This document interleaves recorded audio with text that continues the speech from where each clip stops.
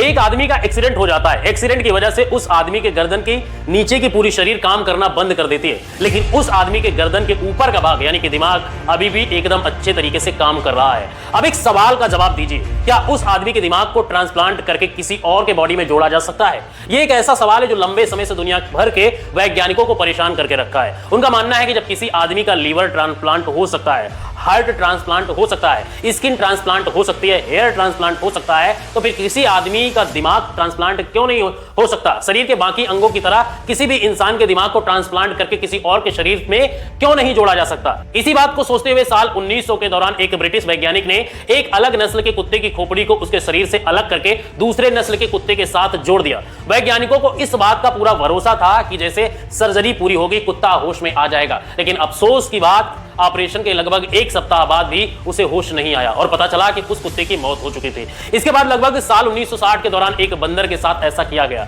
इस बार वैज्ञानिकों ने थोड़ी सफलता उनको मिली और हुआ कि खोपड़ी को अलग करके किसी दूसरे बंदर के शरीर के साथ जोड़ने के बाद बंदर को होश भी आ गया, लेकिन अफसोस उस बंदर का शरीर का कोई भी अंग काम नहीं कर रहा था और लगभग 9 दिनों बाद उस बंदर की मौत हो गई। इसके बाद लगातार इस रिसर्च पर दुनिया भर के वैज्ञानिक शोध करते रहे कि आखिर किसी तरह करके किसी इंसान की खोपड़ी ट्रांसप्लांट की जा सकती है।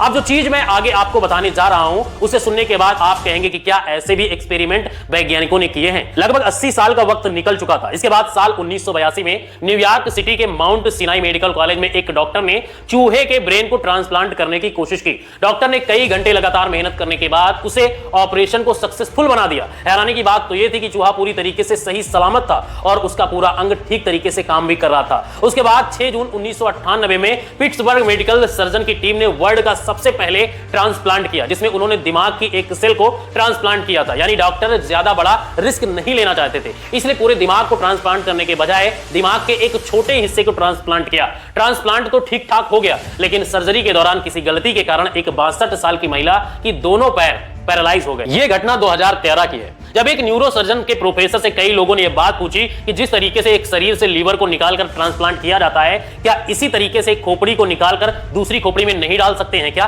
तो इस सवाल के जवाब में सर्जन ने कहा था कि इस तरह के ऑपरेशन फ्यूचर में जरूर होंगे, लेकिन अभी हमारे पास ऐसी टेक्नोलॉजी और साइंस डेवलपमेंट नहीं हुई है हम ऐसे ऑपरेशन कर सके। मस्तिष्क के स्पाइनल कोड में नर्व फाइबर को जोड़ना काफी कठिन होता है। नर्व फाइबर को मेरा मतलब है कि दिमाग से निकाल कर हमारे शरीर के सभी अंगों तक बड़ी ही बारीकी से, जिसे हम अपनी आंखों से नहीं देख सकते हैं, वो जुड़े होते हैं। उन सभी को काट कर वापस जोड़ना अभी की टेक्नोलॉजी के हिसाब से हमारे पास संभव नहीं है। इसलिए उन्होंने कहा है कि स्पाइनल कोड मतलब कि रीढ़ की हड्डी में चोट इतनी नुकसानदायक होती है कि अगर मस्तिष्क को ट्रांसप्लांट करने में सफल भी हो जाए तो स्पाइनल कोड में लगने वाली चोट के कारण लोग जिंदा नहीं रहते हैं, क्योंकि ये दिमाग को शरीर से संपर्क बनाने के लिए रीढ़ की हड्डी बहुत ही अहम भूमिका निभाती है। ऐसे में अगर दिमाग को ट्रांसप्लांट किया जाए तो शरीर से जुड़ी हुई हड्डी में चोट लग जाएगी और इतने बड़े ऑपरेशन को झेलने के लिए कोई भी बॉडी तैयार नहीं होगी। ब्रेन ट्रांसप्लांट से पहले एनिमल टेस्ट किया जाता है और जब एनिमल के ऊपर यह रिसर्च हो रही होती है, इसका पूरा परमिशन सरकार से लेना पड़ता है। यह प्रक्रिया काफी लंबा होता है।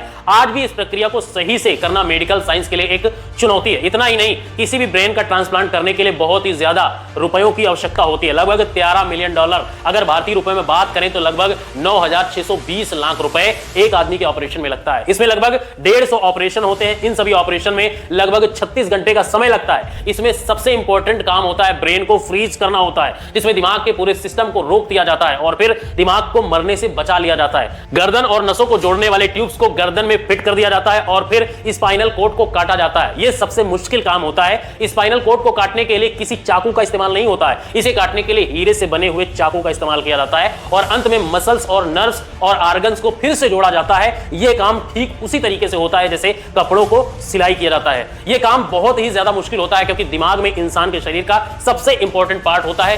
ब्रेन ट्रांसप्लांट करना आज भी साइंस के लिए बहुत ही चुनौती भरा है, क्योंकि इस वक्त पूरी दुनिया में अब तक एक भी केस ऐसा नहीं हुआ है जब किसी इंसान की खोपड़ी को उसके शरीर से अलग करके किसी दूसरे के शरीर के साथ फिट किया गया हो। इस वक्त दुनिया में कई ऐसे वैज्ञानिक मौजूद हैं जो ब्रेन ट्रांसप्लांट के ऊपर शोध करना चाहते हैं। उनका मानना है कि अगर उन्हें शोध करने का मौका मिले तो सफलतापूर्वक ऐसा कर सकते हैं, लेकिन यह काम इतना रिस्क भरा हुआ होता है कि किसी की भी जान जा सकती है। इसलिए किसी भी देश की गवर्नमेंट इस तरह के शोध की इजाजत नहीं देती है। अमेरिका के एक डॉक्टर का कहना है कि उन्हें इस तरह के ट्रांसप्लांट करने की इजाजत अमेरिका में नहीं मिल रही है, इसलिए वो चाइना में जाकर इस ट्रांसप्लांट पर शोध करें करेंगे। इसलिए उन्हें कुछ ऐसे लोगों की जरूरत है जो अपने अंगों को दान करने की इच्छा रखते हो। आपको जानकर हैरानी होगी कि शोध करने वाले उस वैज्ञानिक पर भरोसा करते हुए रूस में रहने वाले एक शख्स ने अपने ऊपर शोध करने की इजाजत भी दे दी थी। दरअसल रूस में रहने वाला एक व्यक्ति ऐसा है जिसका दिमाग तो ठीक तरीके से काम करता है, जबकि उसके शरीर का कोई भी अंग ठीक तरीके से काम नहीं करता है। उसके सभी अंग लगभग बेकार हो चुके हैं, लेकिन इस ट्रांसप्लांट के पीछे बहुत ज्यादा पैसे खर्च होने वाले थे, जो पैसे समय पर अरेंज नहीं हो पाए। पैसों की कमी के कारण उस वैज्ञानिक ने उस पर शोध आगे नहीं बढ़ाया।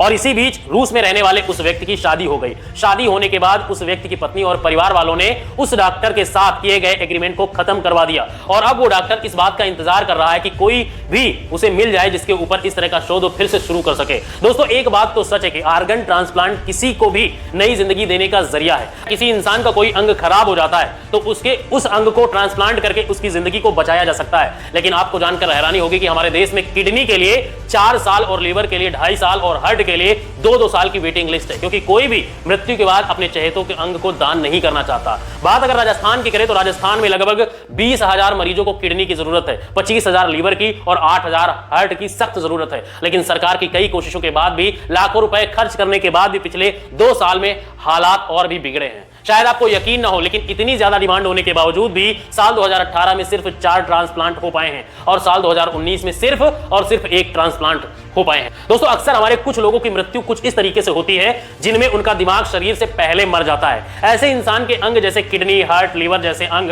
किसी दूसरे इंसान को नया जीवन दे सकते हैं। तो आपको जानकर हैरानी होगी कि देश भर में प्रति 10 लाख लोगों पर 30 और राजस्थान में 20 लाख में सिर्फ 1 डोनर ही मिल पाता है। यानी कि अगर देश में 10 लाख लोगों को किडनी की जरूरत है तो उनमें से महज 30 लोगों को किडनी डोनेट करने वाला आदमी मिल जाता है। इसलिए हमारे देश में लाखों लोग अंग का इंतजार कर रहे हैं और अधिकतर लोग ऐसे हैं जो डोनर का इंतजार करते करते मौत की नींद सो जाते हैं। दोस्तों, मृत्यु के बाद शरीर में सबसे कम समय तक आंखें और सबसे अधिक समय तक किडनी इस लायक रहती है कि हम उसे किसी और को ट्रांसप्लांट कर सकते हैं। लेकिन अफसोस की जानकारी के अभाव में 99% से ज्यादा लोग ऐसे हैं जो अंगदान में रुचि नहीं रखते हैं और अगर अंगदान किया जाए तो हर साल ना जाने कितने हजार लोगों को मरने से बचाया जा सकता है। तो दोस्तों, उम्मीद है कि यह जानकारी आपको अच्छी लगी होगी और अगर आप चैनल पर नए हैं तो चैनल को सब्सक्राइब कर लेना और फेसबुक पर देख रहे हैं तो हमारे पेज को जरूर फॉलो कर लेना। अपने रिश्तेदारों को इस वीडियो को जरूर भेजना ताकि हर किसी को अंगदान के बारे में जानकारी हो सके और वो आने वाले समय में हमारे जो फ्यूचर के लोग हैं या जिनको नीड है हमारे अंगदान की, उनको वो प्रोवाइड करवा सके। फिलहाल मिलते हैं नए वीडियो में, तब तक के लिए जय हिंद।